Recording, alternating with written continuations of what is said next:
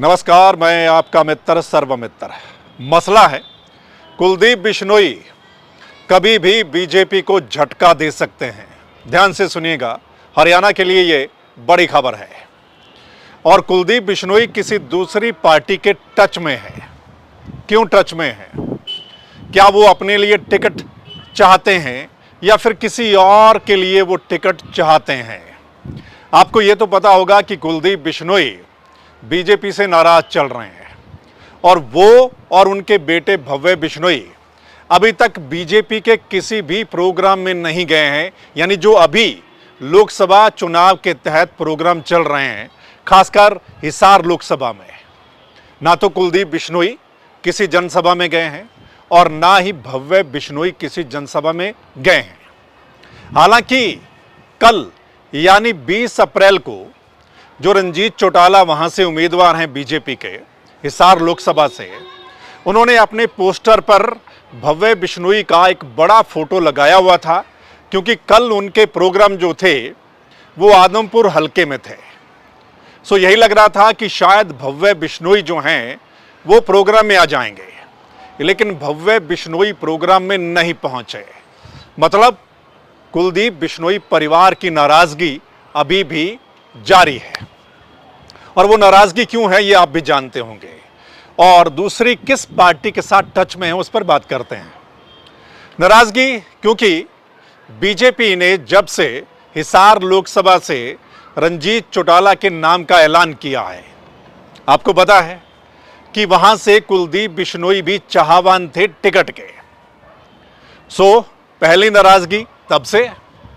दूसरी, जब हरियाणा के पूर्व मुख्यमंत्री खट्टर साहब हिसार के इलाके में भजनलाल के बारे में कुछ बोलते हैं, एक किस्सा सुनाते हैं, ये दूसरी नाराजगी की वजह बिश्नोई परिवार की। हालांकि उसके बाद जो मनोहरलाल खट्टर हैं, उन्होंने अपनी बात को किसी और तरीके में भी बताया। लेकिन कुलदीप बिश्नोई का जो परिवार है वो अभी तक बीजेपी के किसी फंक्शन में, जनसभा में नहीं जा रहा है। और अब हमारे पुख्ता सूत्रों से खबर है कि कुलदीप बिश्नोई एक बार फिर अपनी पुरानी पार्टी के टच में हैं, यानी पुराने सियासी घर में वो जाना चाहते हैं। और लगातार मुलाकातों का दौर जारी है दिल्ली में। आप समझ गए होंगे, यानी कांग्रेस, और हमारे सूत्र बता रहे हैं कि कांग्रेस के कई बड़े नेताओं के साथ पिछले 2-3 दिन में मुलाकातें हुई हैं कुलदीप बिश्नोई की, बातचीत चल रही है। और खबर यह भी है कि कुलदीप बिश्नोई अब चाहते हैं कि हिसार लोकसभा से चंद्रमोहन बिश्नोई को कांग्रेस की ओर से टिकट मिले। आपको पता है कि कुलदीप बिश्नोई खुद बीजेपी से टिकट चाहते थे। जब उनकी टिकट कट गई, रंजीत चौटाला का नाम आ गया, तो फिर कुछ दिन बाद अचानक से चंद्रमोहन बिश्नोई का नाम आता है कि कांग्रेस की ओर से उनका नाम भी पैनल में है, उनको भी टिकट मिल सकती है। तो मतलब हिसार लोकसभा में ये चर्चा शुरू हो जाती है कि कांग्रेस की ओर से किसको उतारना चाहिए।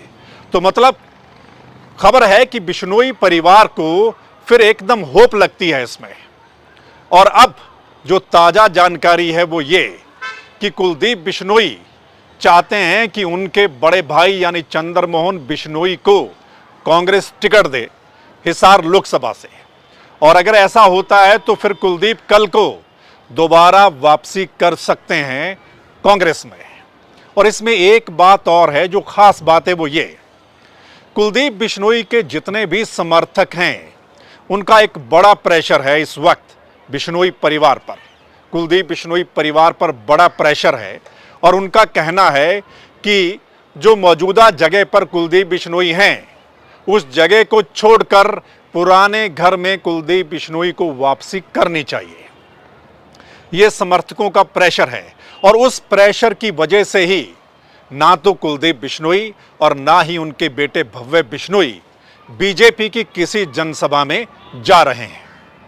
मतलब आपने देखा, ना तो आदमपुर में, ना नलवा में, ना हिसार में किसी भी जनसभा में उनका परिवार के लोग गए नहीं। और खबर यह भी है कि बीजेपी की ओर से मनाने की कोशिशें भी चल रही हैं।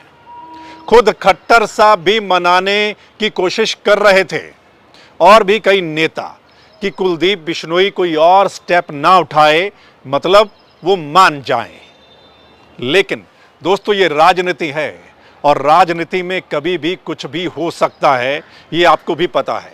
और कुलदीप बिश्नोई पहले उनका जो परिवार है कांग्रेस में ही थे, जो उनके फादर साहब थे भजनलाल, वो कांग्रेस की ओर से मुख्यमंत्री भी रहे, और उसके बाद क्या क्या हुआ वो आप सब जानते हैं। और कुछ समय पहले ही कुलदीप बिश्नोई ने कांग्रेस को छोड़ दिया था, आपको याद होगा, और बीजेपी में चले गए थे।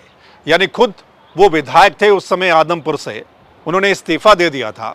उसके बाद वहां पर उपचुनाव होता है और उनके बेटे भव्य बिश्नोई बीजेपी की ओर से जीत जाते हैं।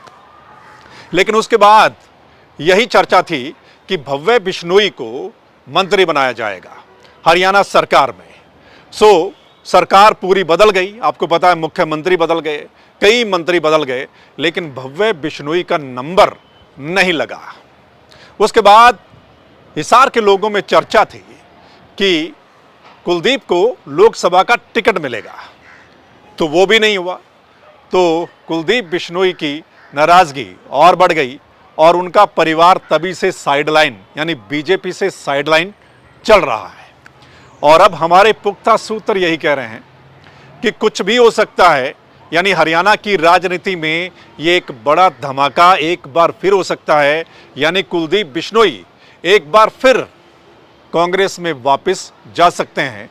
और अगर ऐसा होता है तो फिर बीजेपी के लिए, खासकर उस इलाके में, हिसार के इलाके में, आदमपुर नलवा के इलाके में, एक बड़ा झटका हो सकता है इस चुनावी मौसम में।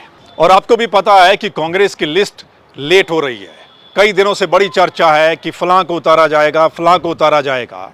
और हिसार से जो नाम है कांग्रेस के पैनल में, उसमें बृजेंद्र सिंह भी हैं, जो उनका परिवार कुछ समय पहले ही बीजेपी को छोड़कर कांग्रेस में शामिल हुआ। दूसरी तरफ जेपी का नाम भी है और चंद्रमोहन बिश्नोई का भी नाम है। और पिछले कुछ दिनों से काफी चर्चा है वहां हिसार के इलाके में कि अगर चंद्रमोहन बिश्नोई को उतारा जाता है, यानी कांग्रेस अगर चंद्रमोहन बिश्नोई को उतारती है, तो ये कांग्रेस को बड़ा फायदा वहां पर मिल सकता है। खासकर जो कुलदीप बिश्नोई के जितने भी समर्थक हैं या जो उनका समुदाय है, वो सब चंद्रमोहन बिश्नोई के साथ जा सकता है। देखना होगा कि कांग्रेस की जब लिस्ट आएगी तो उसमें यह साफ हो जाएगा कि कांग्रेस किसको हिसार लोकसभा से उतारती है। लेकिन कुल मिलाकर कोशिशें जारी हैं।